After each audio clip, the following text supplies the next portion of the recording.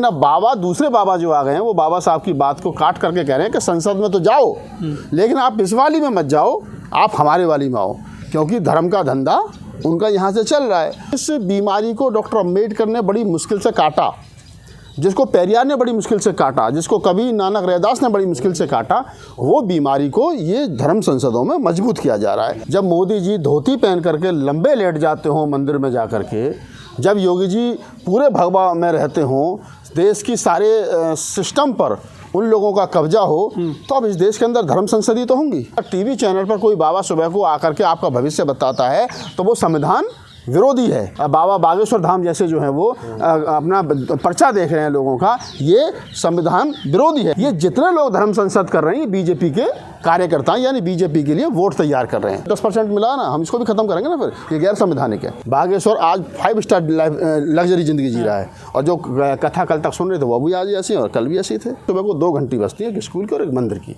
तय आपने करना है कि आप मंदिर की घंटी सुन करके मंदिर में जाओगे या स्कूल में जाओगे। स्कूल में जाओगे तो IAS PCS बनोगे, जज कलेक्टर बनोगे, ना भी कुछ बनोगे तो दिमाग तो रहेगा। बाबाओं की दिल्ली में बड़ा प्रोग्राम चल रहा है, क्या कहना चाहोगे? धर्म संसद या धार्मिक प्रोग्राम या धार्मिक लोगों का जमावड़ा शब्दों का खेल है। अब जब भारत में एक संसद ऑलरेडी है और संसद अगर आप बोलते हैं तो एक मैसेज जाता है प्रॉपर कि आप संसद भवन की बात कर रहे हैं, लेकिन अगर इस देश के अंदर धर्म संसद होंगी तो आप समझ सकते हैं कि किस प्रकार से शब्दों को तोड़ मरोड़ करके पेश किया जा रहा है और लोगों को ये बताया जा रहा है कि सही मायने में जो संसद है वो ये वाली संसद है, वो जो संसद है जहाँ देश का भविष्य लिखा जाता है, वो जो संसद है जहाँ 543 सांसद जीत करके आते हैं, वो जो संसद जहाँ पूरे देश के प्रतिनिधि बैठते हैं, वो संसद नहीं है। उस संसद में आप मत जाइए, इस संसद में आप आइए। यानी बाबा साहब डॉक्टर अम्बेडकर ने जो कहा था, उनकी जो उंगली का इशारा था कि आपको इस संसद भवन में जाना है, घुसना है और अपने समाज की समस्याओं का समाधान करना है। लेकिन अब बाबा दूसरे बाबा जो आ गए हैं वो बाबा साहब की बात को काट करके कह रहे हैं कि संसद में तो जाओ लेकिन आप इस वाली में मत जाओ, आप हमारे वाली में आओ,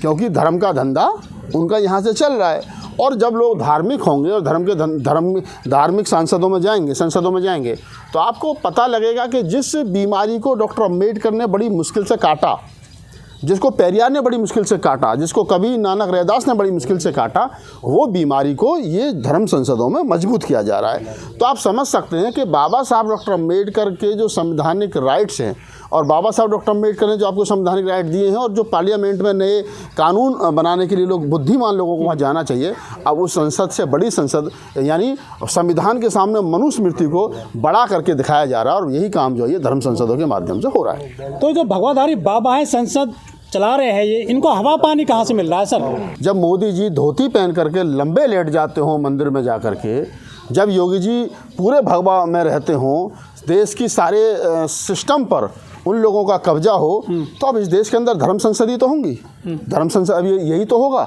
इस देश के अंदर कोई भाई एक वैज्ञानिक सोच या वैज्ञानिक चर्चा तो होगी नहीं। कोई ऐसा तो है नहीं कि बुद्धि वर्ग लोग प्रबुद्ध समाज बनाएंगे। अब तो लोगों को अंधविश्वासी बनाया जा रहा है, पाखंडी बनाया जा रहा है। भारतीय संविधान का आर्टिकल 51A ये जो कहता है कि स्टेट की जिम्मेदारी है वो लोगों में वैज्ञानिक सोच डेवलप करे।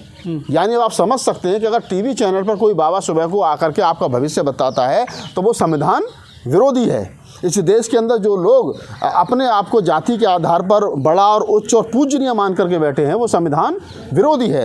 इस देश के अंदर जो लोग संविधान क्या नाम है बाबा बागेश्वर धाम जैसे जो हैं वो अपना पर्चा देख रहे हैं लोगों का, ये संविधान विरोधी है। क्योंकि भारतीय संविधान का आर्टिकल 51 कहता है कि लोगों में वैज्ञानिक सोच डेवलप होनी चाहिए। लेकिन अगर वैज्ञानिक सोच डेवलप नहीं हो रही है और सरकार की जिम्मेदारी वो वैज्ञानिक सोच लोगों में डेवलप करे, सरकार वैज्ञानिक सोच डेवलप करने के विपरीत ऐसे बाबाओं को चार्टर्ड विमान देती हो, ऐसे बाबाओं की शरण में जाती हो, ऐसे बाबाओं की जगह पैरों में गिर जाती हो, तो आप समझ सकते हैं कि ये जो भी ड्रामा चल रहा है, जितनी धर्म संस्था चल रही हैं, जो धार्मिक ये प्रपंच चल रहा है, ये सब सरकार के इशारे पर चल रहा है। क्योंकि सरकार को पता है कि लोग उसमें रहेंगे, धर्म में आस्था उनकी रहेगी। धर्म हिंदू धर्म की आस्था प्लस हिंदुओं के संगठन इजिकल टू बीजेपी की सरकार, बीजेपी के वोटर, ये जितने लोग धर्म संसद कर रहे हैं, बीजेपी के कार्यकर्ता यानी बीजेपी के लिए वोट तैयार कर रहे हैं। अब आप देखिए कि योगी आदित्यनाथ कह रहे हैं बटोगे तो कटोगे, बटोगे तो मंदिरों में तुम जुलूस नहीं निकाल सकते। मैंने तो कल भी कहा था बड़ी जिम्मेदारी साथ, मैं तो आज भी कह रहा हूँ कि जिस देश के अंदर 140 करोड़ में से 125 करोड़ हिंदू हों, जिस देश का प्रधानमंत्री, राष्ट्रपति, सीजीआई, तीनों सेना के अध्यक्ष, सारे मुख्यमंत्री हिंदू हों, और वहाँ के लोगों को, उस देश के लोगों को, 125 करोड़ लोगों को मात्र 20 करोड़ लोगों से नुकसान ये हो, डर हो, तो ऐसे लोगों को डूब के मर जाना चाहिए। कार लोगों को के हाथ में सत्ता नहीं होती। ये जो बाबा हैं, जो भगवाधारी हैं, ये क्या रास्ता भटक गए हैं जो राजनीति की बात करने लगे हैं आजकल? देखिए, ये जितने बाबा हैं और ये जितने और अन्य लोग हैं, ये इनका सबका क्या है कि ये सरकार के सारे पर चलते हैं। जब सरकार ही वैसी हो उनके मनमाफिक, तो फिर तो नफरती बयान भी आएंगे, फिर तो इस प्रकार की बात। बाबाओं का काम होता था देश के अंदर लोगों को धर्म कर्म सिखाना, लोगों को भय मुक्त करना, लोगों को सही रास्ते पर लाना, लोगों को नशे पत्ते से दूर करना, लोगों में मानवता पैदा करना, लोगों में भाईचारा पैदा करना, मानव के प्रति समान व्यवहार रखना, महिलाओं के प्रति सम्मान, प्रेम भाव पैदा करना। लेकिन आजकल के बाबा तो नफरत बोल रहे हैं। अब देवकीनंदन ठाकुर जो धर्म संसद चला रहे हैं, आप उनको देख लीजिए, कह रहे हैं कि सनातन आयोग की वो करिए, आप गठन करिए, उससे क्या होगा? हिंदू मजबूत होगा, हिंदुओं के जो धार्मिक कार्यक्रम हैं वो होंगे हर साल, उनको सफलता मिलेगी अपने सभी कामों में। मैं वही तो कह रहा हूँ ना, हाँ। कि जब सारा सिस्टम ही हिंदुओं के हाथ में, तो और कितने मजबूत कर दें इनको। अमेरिका पे कब्जा करवा दें, व्हाइट हाउस पे झंडा फहरवा दें, भगवा हैं? अरे भाई, जब सब कुछ तुम्हारे हाथ में है, सब कुछ तुम कर रहे हो, बजट तुम्हारे हाथ में, तुम शेड्यूल कास्ट का बजट खा गए इस बार। सब कुछ तुम अपने तरीके से लगा रहे हो, मंदिर में दुनिया भर का पैसा लगा रहे हो, कोई रोक नहीं, कोई हिसाब किताब ना तुमसे पूछ रहा है, पूछने की हिम्मत नहीं बेचारों की किसी की।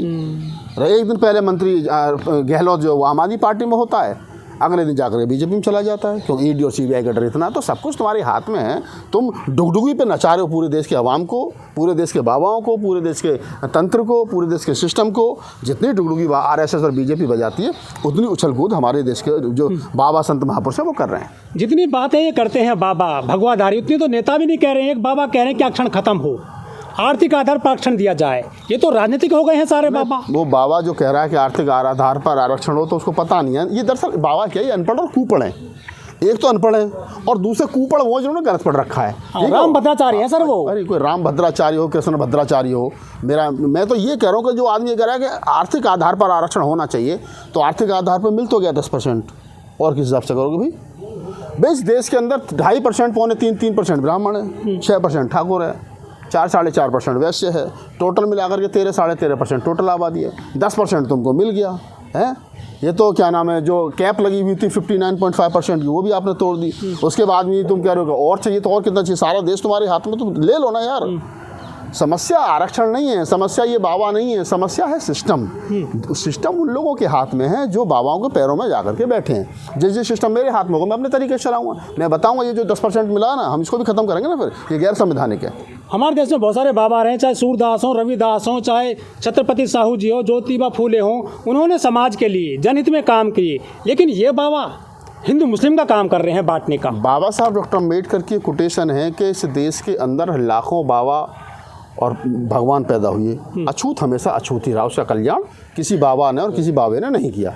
इसका मतलब आप सीधा सा है कि जितने बाबा घूम रहे हैं ना, ये सबके सब बाबा वही हैं जो बेचारे अपनी रोटी चला रहे हैं, अपनी दाल रोटी चला रहे हैं और दुनिया का भविष्य देख रहे हैं। उनको पता है इसका सामने वाले का कुछ नहीं। ये जो लाखों लोग कथा सुनने जा रहे हैं, इनका 14 का कुछ नहीं होना, कुछ नहीं होगा। लिख लो मेरी बात को, ये जैसे कल थे वैसे ही आज रहेंगे। लेकिन जो कथा सुना रहा है, वो पहले फटे हाल घूमता था, चार्टर्ड विमान में घूम रहा है। बागेश्वर को देखो ना, बागेश्वर आज 5 स्टार लग्जरी ज़िंदगी जी रहा है, और जो कथा कल तक सुन रहे थे वो भी आज ऐसे और कल भी ऐसे थे। तो मैं तो बाबा साहब डॉक्टर अम्बेडकर की कोटेशन है कि सुबह को 2 घंटी बजती है, एक स्कूल की और एक मंदिर की। तय आपने करना है कि आप मंदिर की घंटी सुन करके मंदिर में जाओगे या स्कूल में जाओगे। स्कूल में जाओगे तो IAS PCS बनोगे, जज कलेक्टर बनोगे, ना भी कुछ बनोगे तो दिमाग तो रहेगा है। एक प्रबुद्ध वर्ग तो मैं तो आपकी गिनती होगी, कम से कम अनपढ़ और कूपड़ों में तो नहीं होगी। और मंदिर में जाओगे तो पूरी ज़िंदगी भर कथा सुनते रहो, कथा सुन के सब कुछ हो जाएगा। लाखों का टेंट लगता है, इनको पैसा कहाँ से मिलता है इन बाबाओं को जो आदमी को बुलाने का प्रबंध करते हैं? ये भाई साहब बड़ा पैसा, धर्म का धंधा कभी ना मंदा। धर्म का धंधा कभी ना मंदा। आप देखो बहुत पैसा है, अब हम तो इन्हीं बाबाओं को क्यों कहें। अभी तो हमारे समाज में भी सूरजपाल भोले बाबा पैदा हो गया था अभी मथुरा में, सूरजपाल जाटव, देखो उसने भी धंधा चला लिया। तो आजकल जाति नहीं देखी जा रही, तो किसी सामने वाले को बस आपको मूर्ख बनाना आना चाहिए। आपको लग गया कि हाँ ये, अब राहुल नागपाल यहाँ खड़े होकर के बोल रहा है, 8-10 मिनट आप रिकॉर्ड करोगे, लोग इसको अंत तक देखेंगे, बहुत अच्छा बोलता है राहुल नागपाल। मैं ही राहुल नागपाल कल को कथा सुनाना शुरू कर दूँ तो मुझे पता है मैं सब अफेयर कर दूँगा, उसे बढ़िया सुनाऊंगा, मैं इनसे बढ़िया भविष्य बता सकता हूँ। मैं बाबा बागेश्वर से भी अच्छा धंधा शुरू कर दूंगा।